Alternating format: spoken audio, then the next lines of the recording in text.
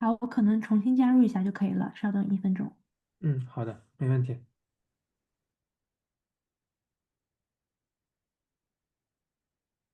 嗯，我们等待那个领读人 Ashley 加入的过程中，大家也可以再做个小互动。就是零就是还没有完全看这周这个Unit 2.1的这个内容，一就是已经都看完了，大家可以分享一下自己现在学习的一个进度。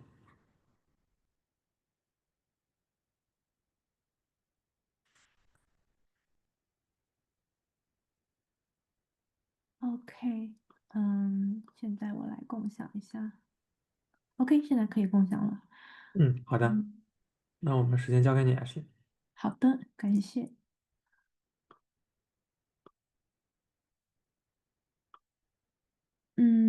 好。上一次是我们过的是 Unit One，然后这一次的内容就是 Unit 2和2.1。然后我感觉是上一次基本上其实是把整个 Agent 的 Framework 的 High Level 全部给 go through 了一遍。然后这个就是用比较 hands on 的一些 example 来给你深入的提供了很多 notebook 给演示了一下各种 example。然后以及更深入的论证了一些之前讲过的 concept 吧。那我觉得 Unit One 是比较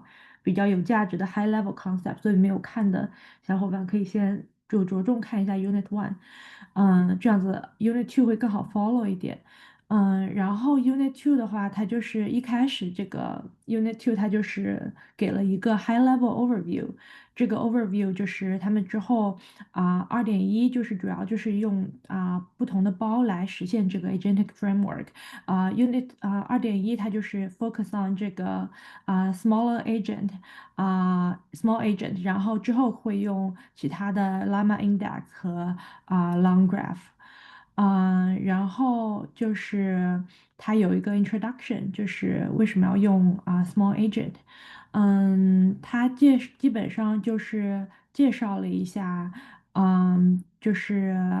几种 agent 的 framework 吧。这个 Unit One 也讲过了，就是有2种不同的大的 agent，一个是 code agent，一个是 tool calling agent。tool calling agent 的话，就是对于这个 agent 来说，它所有的东西它都是被封装成了一个 tool，然后这个 agent 它就只能通过 call 我们 define 好的 tool。也就是会定义成一个 JSON file，然后它从那个 JSON file 里提炼一些字段，然后来执行这个工具。然后还有一种就是 code agent，它就是通过这个 LLM 来自己产生 code。来输出一些以及执行 code 来变成一个可以 function 的 agent 来帮助我们完成各种各样的 task。然后对于这个 Slalom agent 的话，它有几个特点吧，就一个是它主要是一个 code first agent。它也可以用to calling，就是我们也可以用 JSON to calling 的 approach，但是它首先会 prioritize code。然后 code 的话，它后面有提到，它根据一些research。也能看出来 code 的话它的效果一般是会比 JSON 更好的。比如这个是一个 example。如果它是用JSON 用 to calling 的话，它可能完成这样一个任务，它需要反反复复的用不同的 tool 而且进行多步的推理，它才能够算出一个，比如说这个 example 是算在哪个 country 来买手机是最便宜的，所以它就要比如说查不同的 country 的价格，以及根据汇率来进行算。然后这个过程它就要反反复复的调用不同的工具。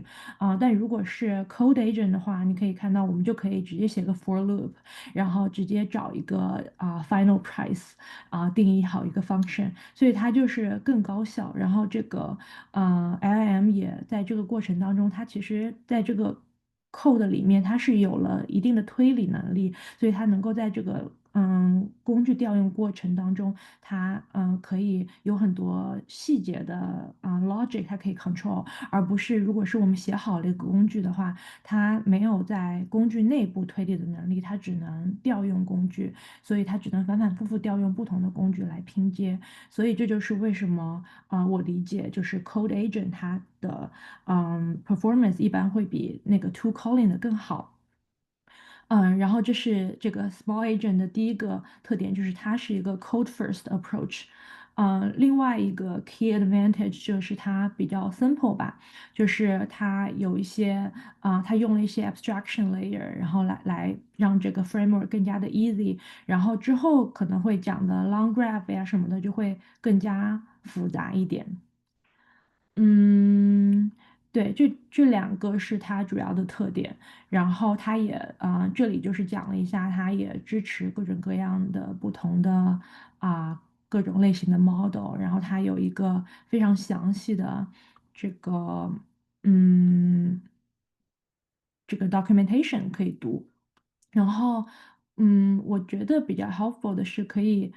这个蛮 helpful 的，就是大概理解一下，因为这是它的整个的这个 agent 的这个 framework，然后里面有哪些 parameter，然后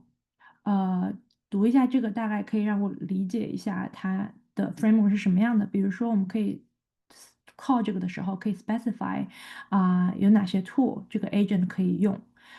以及哪个 model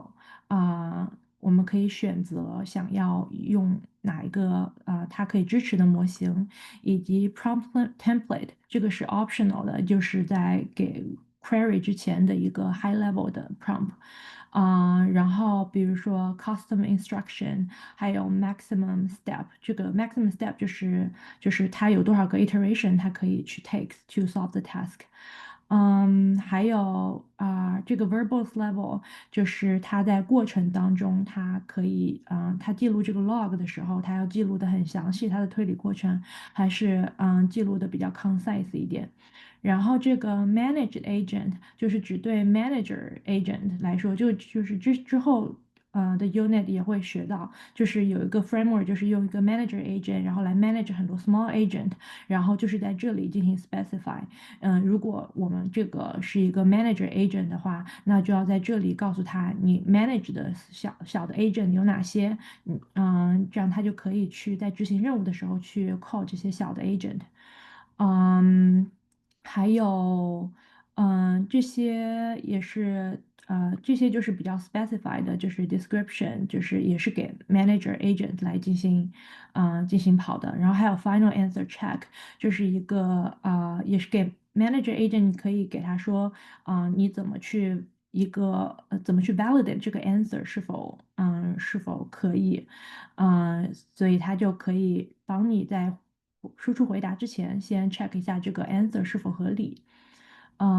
对，然后这个感觉就是比较 helpful 吧，一般就是我就只用到 tool 和 model 就可以了。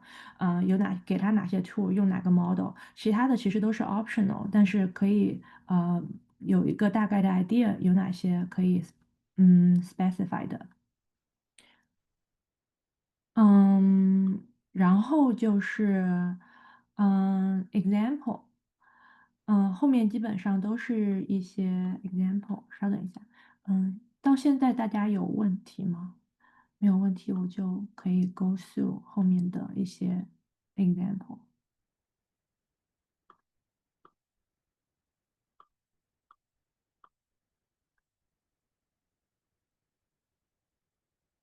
OK，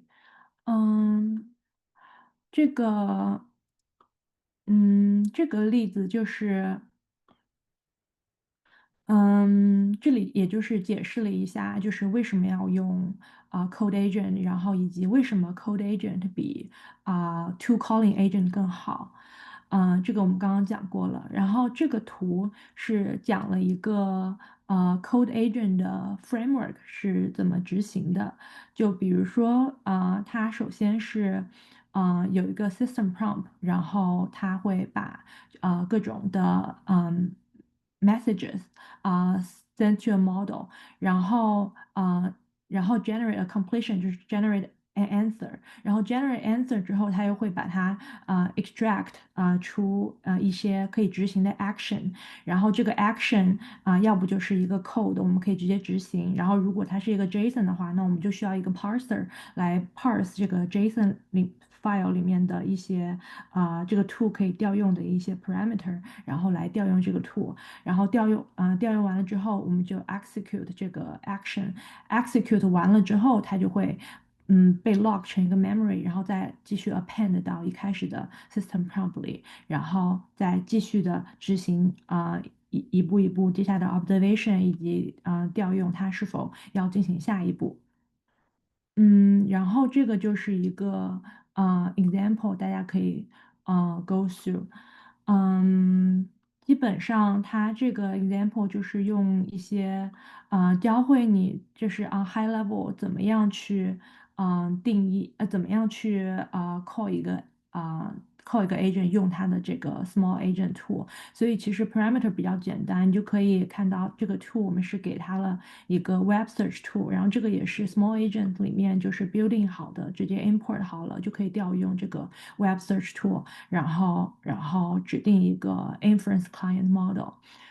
然后就可以用 agent run，然后你输入一个 prompt，就是让它给到一个 best music recommendation，然后我们就可以看到它就是有一个 query，然后它就首先选择通过执行了一些 web search，执行了一些 web search 之后，然后它把它嗯通过这个 web search 的 result extract 出来了一些 playlist，然后给你合成了一个 playlist。然后这个就是说，我们可以怎么去自己去写一个 tool，而不是用它 import 的 tool，就是可以写一个这样的一个 function，然后用这样一个 add tool 的方式把它给封装起来，然后这样子我们就比如说我们把它叫做 suggest menu，然后这样我们在给这个 agent tool 的时候就可以定义 tools 等于 suggest menu，然后这个时候我们的 agent 就知道我们可以用这个 tool 了。所以这就是大概是这个 example。嗯然后这一章就是说我们不光可以用 code agent 来做，也可以就是支持用JSON 的 structure 来支持这个写呃写这个 agent 的方式。嗯，然后下面这一章就是关于 to 的话，它这边就主要就是说，这个会比较 helpful 去看这个，这个动图可以帮助我们看它怎么去做 to call 的，就是我们可以先看到它有一个memory，一开始 memory 是空的，然后它有一个 system prompt，以及它 append 所有的 memory。然后它会把我们的这个 system prompt 和这个 task 都给 pass through 到一个 LLM 里，然后这个时候 LLM 就会经过这个 sort 定义它要做什么行为，以及 action 就是它要调用什么工具，这里就比如说它要用 calculator。然后最后它就是把这个action 给 parse 出来，然后来 call 这个 calculator，call 完了之后，它把这个结果给 append 到 memory 里，然后这样子下一次它在 send 这个 prompt 的时候，就是原先的这个 system prompt 加它所有的 memory，然后再一次的调用 LLM。然后如果这个时候它发现它在 sort 的过程当中觉得这是一个 final answer 了，那这个时候它就调用这个 final answer 的 tool 来回答。就我觉得我在学习过程当中，我觉得一个比较有意思的一点就是，嗯，对于 to calling agent 来说，其实我们相当于是把 LLM 给禁言了，所以这个 LLM 它其实是没有说话的能力的，你可以想象。所以在最后，它就是我之前有个问题，就是为什么他回答这个问题的时候，他要调用一个 final answer 的这个 function，而不是直接让 LLM 说话。然后我就查了一下，就是因为我们在把它给 agent 的这个 framework 封装起来的时候，相当于就是这个 LLM 它就必须只能调用工具，它就相当于这个 LLM 是一个 orchestrator，它是把不同的工具给链接起来的一个 orchestrator，但它没有说话的能力。所以这个时候如果你想让它说话，就是告诉你一个答案，那你只能告诉他，你可以，就是这个时候有答案了，那我们就通过调用这个 Final Answer 的 tool 来，生成一个答案。所以这一点就是蛮有意思的，就是它的整个的思维模式其实是，在 Agent 这个 framework 下，其实是和平常我们理解的 LLM 是不一样的，嗯。所以就是一个比较有意思的区别。然后对，这里就是基本上也是讲怎么去 define 一个自己的 tool，然后这里他会告诉你你怎么去把自己写好的 tool 给 share 到这个 community，然后你也可以啊、就是用这个 push to hub 就可以 share 到这个 Hugging Face community，然后比较有用的就是你也可以 import 任何一个 tool from the hub。比如说它这里就是直接 import 的一个 text to image，然后我也试了一下，也是很好用的，所以就不用写很多自己的 tool。对，这一章大概就是讲这些，然后后面几章就是讲了一些很 specific 的agent，比如说就是 retrieval agent multi-agent system 以及visual agent。比如说这个是讲了是一个 RAG agent，我不知道大家熟不熟悉 RAG 的 concept。就是 RAG 的话，就是 Retrieval Augmented Generation，就是我们在用 LM 回答问题的时候，那 LM 可能会 hallucinate 嘛，然后也可能这些知识啊外部的网页上面没有。那 RAG 的话，我们就可以给它 plug in 一个我们自己的，比如说 internal，就是企业的internal data，然后它可以在我们自己的这些 database 里面做一个检索。然后检索之后，它把它 append 到我们的原来的 system prompt 里，然后再来回答。这个时候，它就给了它 enough context to answer the question。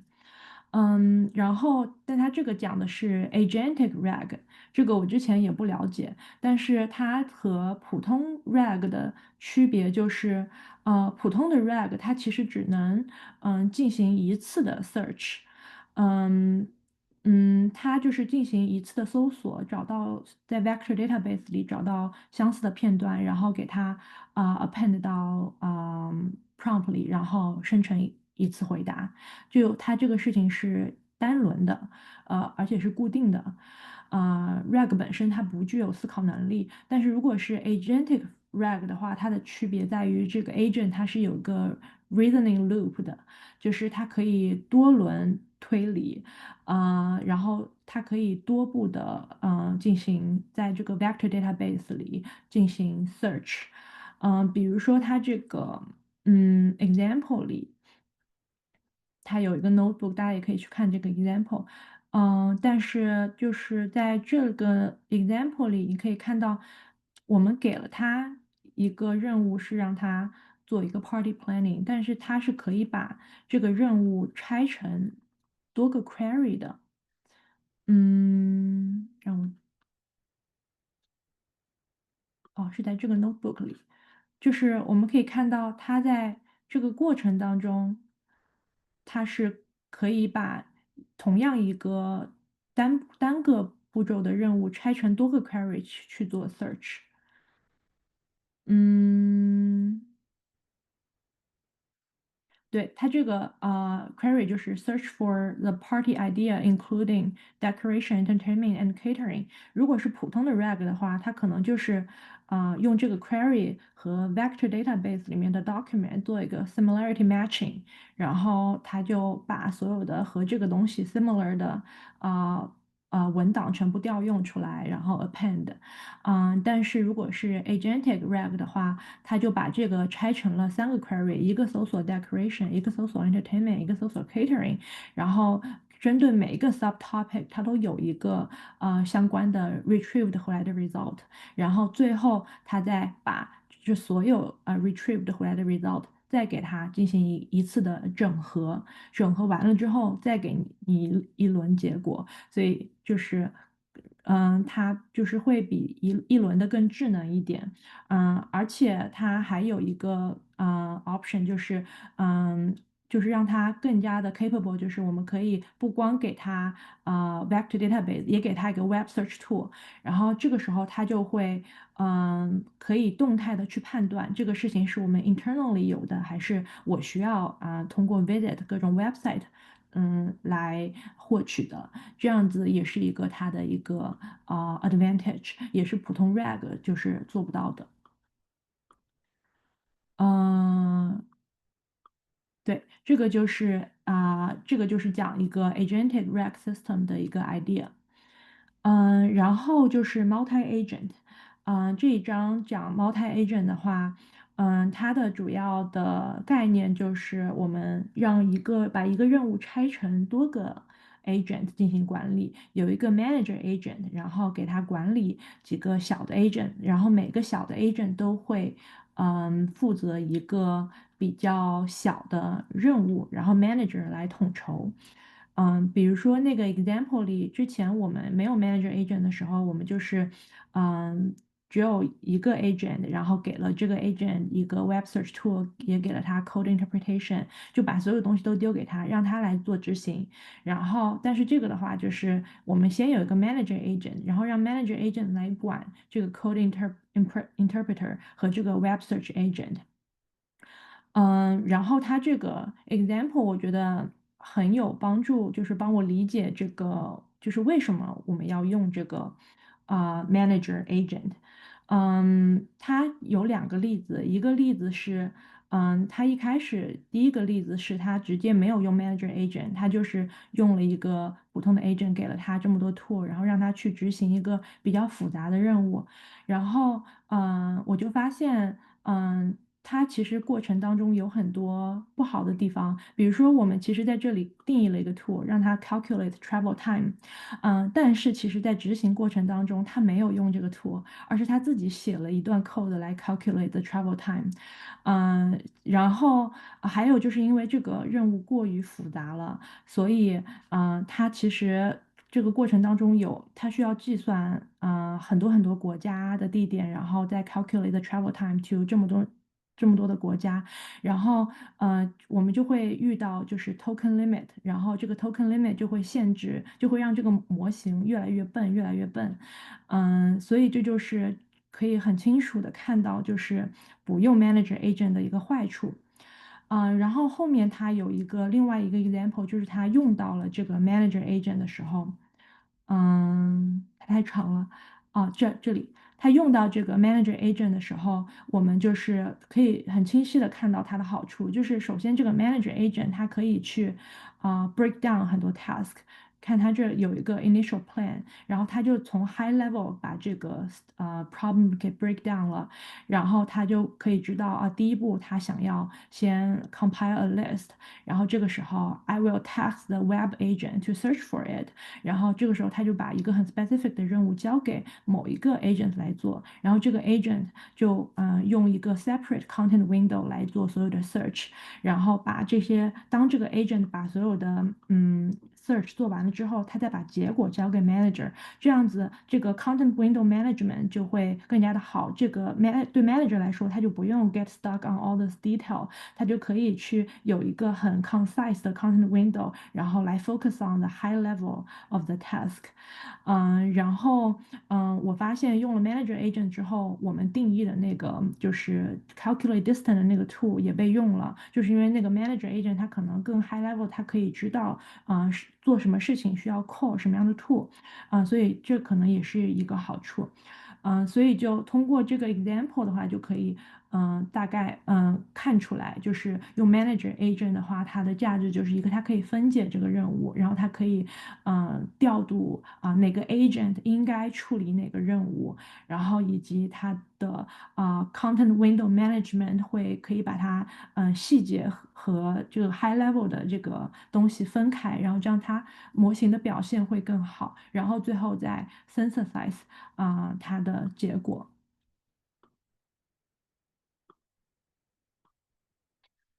嗯，然后最后一章就是这个 Vision Agent。这个 Vision Agent，其实没有什么特别的新的概念引入吧，就是它就是说了一下，我们可以它可以支持一些Vision Agent，然后用了这个 Vision Agent 这个 LLM，它就可以 access 一些 Vision Model 来帮助我们完成更加复杂的一些任务。然后它这里是用了 OpenAI 的 key，然后先 load 了一个 image，然后我们就可以用它的这个Vision Model 来，比如说它这里就是 compare 一个来 compare 一个 guest 是否是在我们的这个 database 里的一个 guest，那我们就可以进行比较。就是可以调用这个 model，然后给它这个 vision 的 tool，然后来进行比较。然后同时它也可以 access the web，来通过visit the web，然后截图，然后截图了之后，可以相当于从外部调用一些 images，然后再 call 这个 image model 进行一个比较。差不多就是这些。我觉得就是可以理解整个 high level 的 framework，然后以及这个 agent 后面的思路，我觉得是比较有帮助的。嗯，然后最后就是我觉得一个比较有意思的，就是 to calling 的 agent 和 code agent 它也有一个区别，就是对于 code agent 来说，它可以有更多的 flexibility，就是那个 code agent 它不光可以在code agent 它可以在过程当中通过自己的逻辑来写 code，而且它可以直接输出答案。所以就是因为我们刚刚讲到了，对于 to calling agent 来说，相当于这个 LLM 是被禁言了，它不能说话，它只能调用各种的 tool。但是对于 code agent 来说，它这个 LLM 在这个过程当中它是没有被禁言的，它可以。通过自己的思路来写代码，然后解释代码的结果，然后它还可以不断迭代，然后最后在 print result 的时候，它也不是说我只能调用一个 print result 的工具来 print 这个 result，而是这个 LLM 它可以决定说我这个时候我有答案了，所以我需要把答案给 print 出来。所以就我感觉就是这个 to calling agent 和 code agent，我们给这个 LLM 的flexibility 不一样，所以它产出的结果也是不一样。就是这个 framework 我感觉是有一些就是就理解这个 framework 还是挺有帮助的。差不多就是这些，看看大家有没有一些问题。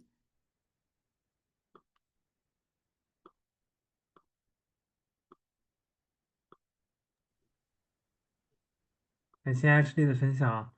嗯，我这边有个问题啊，就是我看的时候自己也是有点疑惑，然后我刚才也是问了一下 ChatGPT，就是刚才我们聊到那个 to calling agent 和 code agent，就是从 small agent 这个 framework 来，他自己是 prioritize 这 code agent，并且他说有这个 paper 支持说 code agent 的效果可能会比较好，但是他也提到说，目前比较主流的，比如说 OpenAI、Anthropic、Google，他们在产品中还是以这个 to calling agent 为主，所以我感觉就有点有点矛盾，就是既然 code agent 它的性能会更好的话，为什么这种比较顶尖的公司他们还是以这种 to calling 为主？这个不确定 HD 有没有也有这样的疑问？嗯，对，我没有研究这个诶，就是我不知道他们现在都是主要是在用 to calling agent 是吗？他这里好像也有提到，在那个这个 就是 Hugging Face 课程的这个里面，我看一下，好嗯，像是在introduction 还是在哪里来？这就是这一章的这个内容里面。哦，嗯，比较不过有意思。我刚才问了一下 GPT，就是为什么这样，然后他嗯给的原因的话，主要是说，呃，这个 two calling agent 的话，首先是会更安全、更可控一些，因为它的输出对就是一个结构化的 JSON，然后它对，会比较严格的能控制它的framework 在靠它的时候是不会产生一些安全性的风险的。但是 嗯 code 的话，它因为它的灵活性更强，它有可能会，比如说有这个 prompt injection 的一些风险，或者说它有可能会越级的执行一些，比如系统调用啊，或者是一些可能不是特别 expected 的一些行为，然后这个是比较难进行控制的。呃，并且这个从可测试性和观测性的角度来说，to calling 的 agent 也更容易就是打出它的 log，并且进行这种自动化的测试，呃，也是各有利弊吧，感觉就是。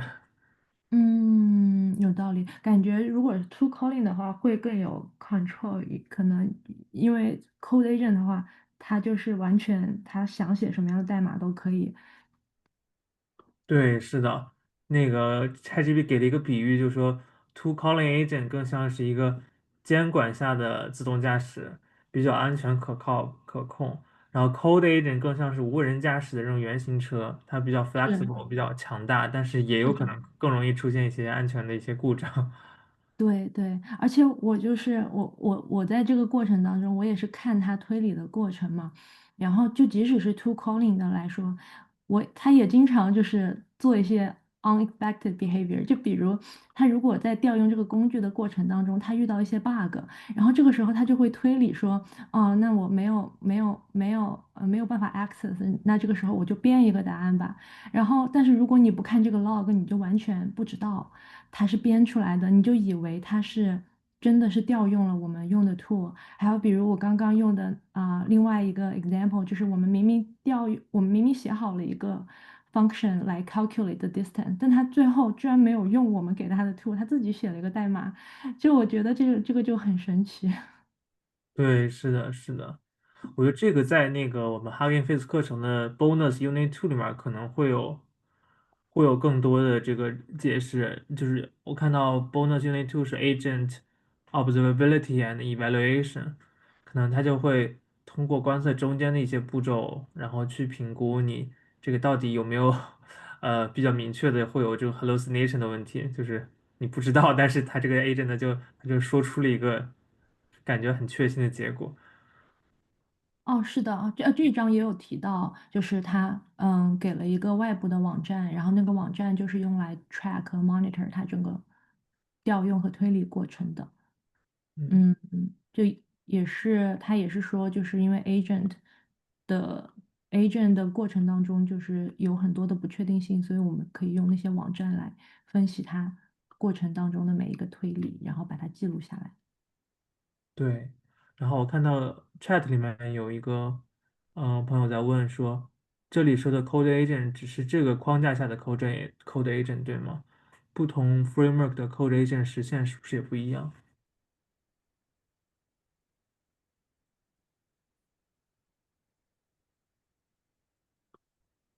嗯，这个我不是很清楚，因为我只学了2.1。可以，我们把2.2、2.3之后都两个 framework 都学了一下，再看一看这个问题。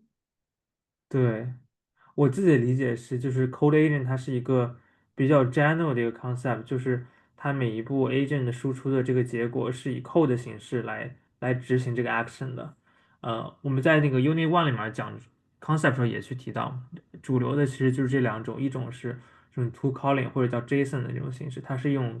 形式化的形式把每一步你想要做的这个 action 去得到，然后它再去用 framework。根据你的这个 JSON 里面的这个arguments 的 name 和你要靠哪个 method，它再去帮你进行这个调用。然后 code agent 它不一样的就是它不需要生成这种每一步这种结构化的这种中间产物，它直接就是把想要调的 code 用它自己的就是这种 method，它自己写成一段 code，然后这个 code 内部它就可以调用那些已经 available 的 tools 来进行这个 action 的实现 execution。我觉得它也是这种比较概念上的两种 agent framework 实现的方式吧。呃，当然这个我们这一章学的 small agent 它是比较prioritize 或者它是比较侧重于使用 Code Agent。后面我也还没学2.2和2.3，可能后面有不一样的，对。但是就是我刚才这个问题是可能是更 general 的来说，就是呃为什么这个大公司它还是以 cold calling 的 agent 为主？现在既然 cold agent 通过这个 small agent framework，它说的是性能会更好，它还是有一些这种 trade off 吧。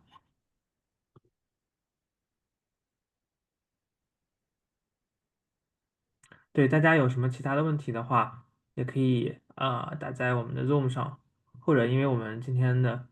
人数也还 OK，也可以有什么问题也可以直接就是开麦我们来问 Ashley 也是OK 的。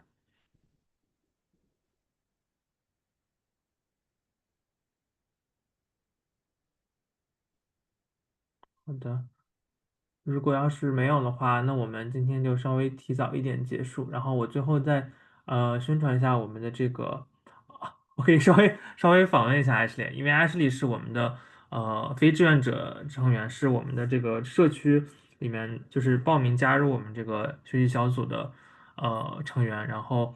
也是非常积极的，上周就报名了我们第2周的这个内容分享。想问一下 Ashley，就是说你自己做这个领读人的感觉怎么样？你觉得需要多花一些时间去进行这个准备吗？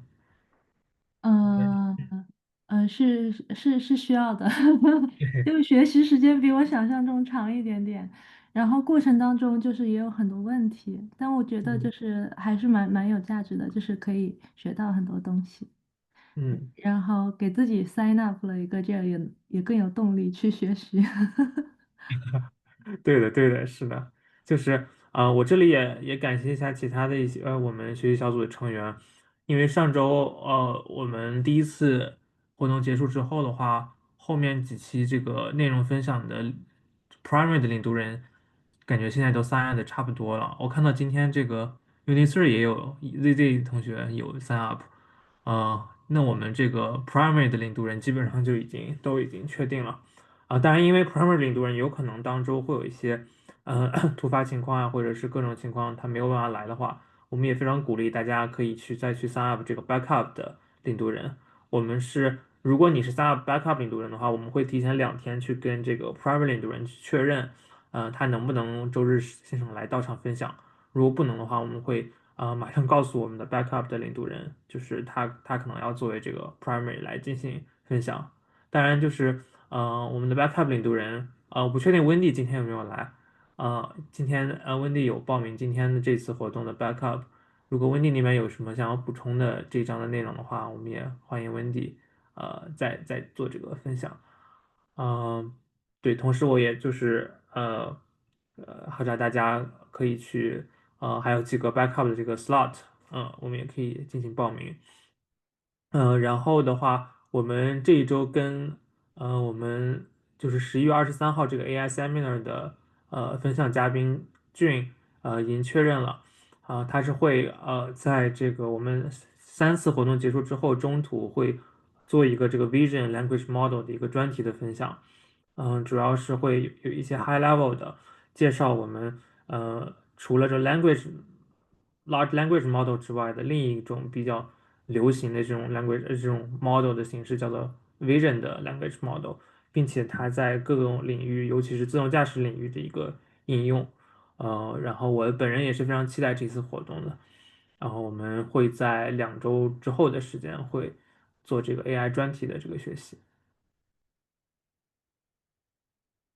好的，今天的内容主要就是这些。如果大家没有什么问题的话呢，我们就提前几分钟结束。然后也欢迎大家下一周继续支持我们的活动。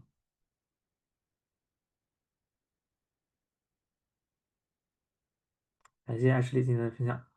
大家拜拜。